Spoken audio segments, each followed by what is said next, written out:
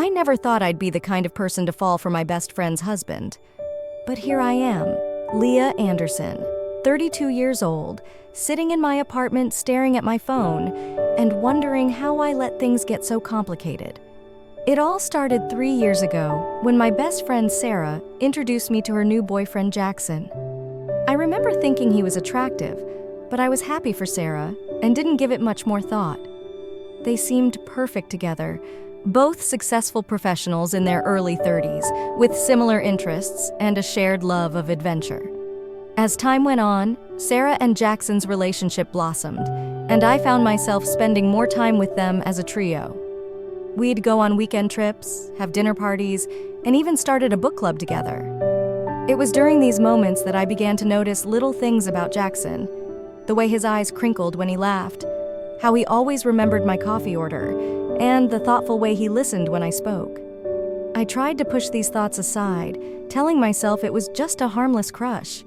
After all, Sarah was my best friend since college, and I would never do anything to jeopardize our friendship. But as the months passed, I found it increasingly difficult to ignore the growing attraction I felt towards Jackson. The turning point came at Sarah and Jackson's wedding. I was the maid of honor, and as I stood beside Sarah at the altar, watching Jackson recite his vows, I felt a pang of jealousy so intense it took my breath away. I plastered on a smile and got through the day, but inside, I was a mess of conflicting emotions. After the wedding, I tried to distance myself from the couple, making excuses about work and other commitments. But Sarah, being the caring friend she is, noticed something was off and insisted on us spending more time together. She even suggested I join them on their weekend getaways, not realizing she was putting me in the exact situation I was trying to avoid. It was during one of these trips that things took an unexpected turn. We were staying at a cabin in the mountains, and Sarah had gone to bed early with a migraine. Jackson and I stayed up, talking by the fireplace, sharing a bottle of wine. The conversation flowed easily, and I found myself opening up to him about my fears and insecurities in a way I never had before. As the night wore on, the air between us became charged with unspoken tension. I knew I should excuse myself and go to bed, but I couldn't bring myself to leave. Then, in a moment of weakness, Jackson reached out and touched my hand. The simple gesture sent electricity through my body, and before I knew what was happening, we were kissing. It was passionate and intense, everything I had imagined it would be. But as quickly as it started, it ended. We pulled apart, both of us looking shocked and guilty.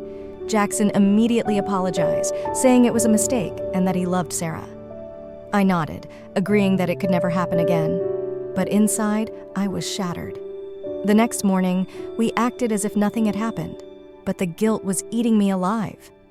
I couldn't look Sarah in the eye, and I made an excuse to leave early, claiming a work emergency.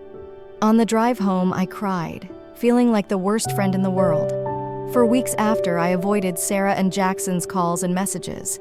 I threw myself into work, staying late at the office and taking on extra projects, but I couldn't escape the memory of that kiss or the feelings it had stirred up. Eventually, Sarah cornered me, demanding to know what was wrong. I broke down and confessed everything. My feelings for Jackson, the kiss, and how guilty I felt. I expected her to be furious, to end our friendship then and there. But instead, she hugged me and told me she forgave me. Sarah's forgiveness, while a relief, also made me feel worse. How could she be so understanding when I had betrayed her trust? She explained that she and Jackson had been having problems for a while, and while she was hurt by what happened, she didn't blame me entirely. In the months that followed, I worked on rebuilding my friendship with Sarah. We went to therapy together, talking through our issues and learning to communicate better. Jackson and I kept our distance, only interacting when necessary at group events. As time passed, I started to heal. I dated other people, threw myself into new hobbies, and focused on personal growth. But there was always a part of me that wondered, what if? What if I had met Jackson first? What if I had been honest about my feelings from the beginning? 2 years after the incident at the cabin, Sarah and Jackson announced they were getting a divorce. They assured everyone it was amicable and that the kiss between Jackson and me wasn't the cause, but rather a symptom of deeper issues in their relationship. I was surprised to find that instead of feeling hope or excitement at this news, I felt sadness. I had spent so long trying to move on and accept that Jackson and I could never be together that I wasn't sure how to process this new development. Months went by, and I heard through mutual friends that Jackson had moved to a new city for work. Sarah and I continued to work on our friendship, which had become stronger through our shared experiences and open communication. Then, out of the blue, I received a text from Jackson. He was back in town and wanted to meet for coffee.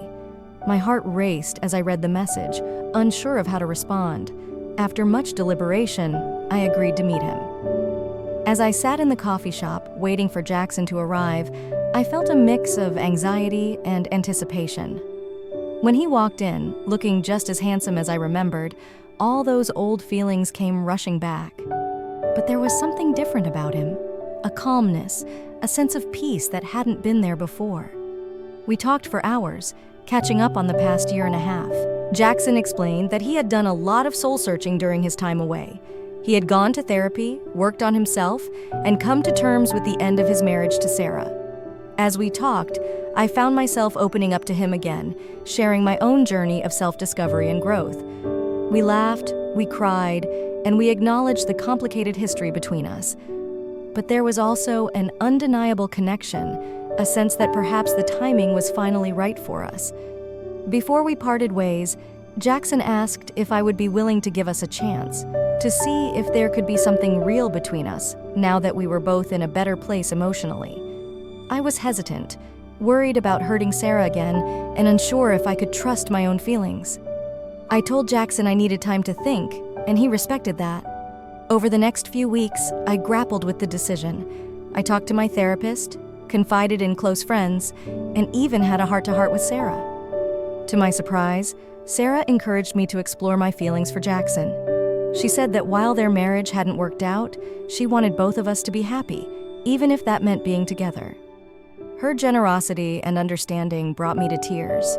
After much soul-searching, I decided to give Jackson and me a chance. We started dating slowly, taking things one day at a time. We were both acutely aware of the pain and complications our past actions had caused, and we were determined to do things right this time. Our relationship wasn't without its challenges. We had to navigate the complex dynamics with our friend group, many of whom were initially skeptical of our relationship.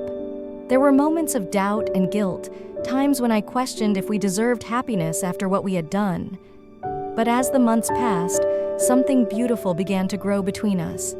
We communicated openly and honestly, sharing our fears and insecurities. We worked hard to build trust, both with each other and with those around us. And slowly but surely, we fell deeply in love. Now, a year into our relationship, I can honestly say that I've never been happier. Jackson and I have built a partnership based on mutual respect, understanding, and a shared commitment to personal growth. We've learned from our past mistakes and are dedicated to nurturing a healthy, loving relationship. Sarah remains an important part of both our lives. While it took time and effort, we've managed to forge a new kind of friendship between the three of us. It's not always easy, and there are still moments of awkwardness, but we're all committed to supporting each other's happiness.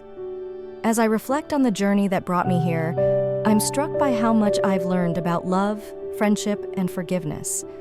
I've come to understand that life rarely follows a straight path, and that sometimes the most profound connections can arise from the most unexpected circumstances.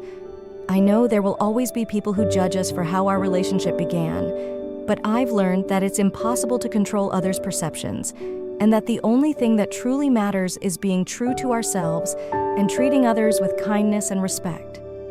Jackson and I are planning our future together, talking about marriage and starting a family. It's surreal to think about how far we've come from that night in the cabin 3 years ago. Back then, I never could have imagined that my moment of weakness would lead to the greatest love I've ever known. But life has a funny way of surprising us. Sometimes, the things we think will break us end up being the very things that make us stronger. My journey with Jackson has taught me the power of honesty, the importance of forgiveness, and the transformative nature of love. As I write this confession, I do so not out of guilt or shame, but as a testament to the complexity of human emotions and relationships. I want others who might find themselves in similar situations to know that it's possible to find redemption and happiness, even after making mistakes. To those reading this who might be judging me, I understand. I've judged myself harshly over the years, but I've also learned that life is rarely black and white, and that sometimes the heart wants what it wants, despite our best efforts to deny it. To Sarah, if you ever read this, I want to thank you again for your forgiveness and understanding. Your friendship means the world to me, and I am eternally grateful for the grace you've shown throughout this entire journey. And to Jackson, my love, thank you for believing in us, for working through the hard times, and for loving me unconditionally. I look forward to building a life with you, one day at a time. As I end this confession, I'm filled with a sense of peace and hope for the future. Our story may have had a complicated beginning, but I believe it's the journey that matters most. We've grown, we've learned, and we've become better people because of the challenges we've faced. To anyone out there struggling with forbidden feelings or grappling with the consequences of their actions, I want you to know that there is hope. It may not be an easy road, but with honesty, compassion, and a willingness to do the hard work, it's possible to find your way to happiness. Life is messy, love is complicated, and sometimes the path to true happiness is far from straightforward. But if there's one thing I've learned from this experience, it's that the human heart has an incredible capacity for love, forgiveness, and growth. As I look to the future with Jackson by my side, I'm filled with gratitude for the twists and turns that brought us here. Our love may have been born from a moment of weakness, but it has grown into something strong, beautiful, and enduring. And so I close this chapter of my life not with regret, but with hope. Hope for the future, hope for continued growth, and hope that our story might inspire others to follow their hearts, even when the path seems impossible. To anyone who has made it this far in my confession, thank you for listening without judgment. May you find the courage to face your own truths, the strength to forgive yourself and others, and the love that you deserve.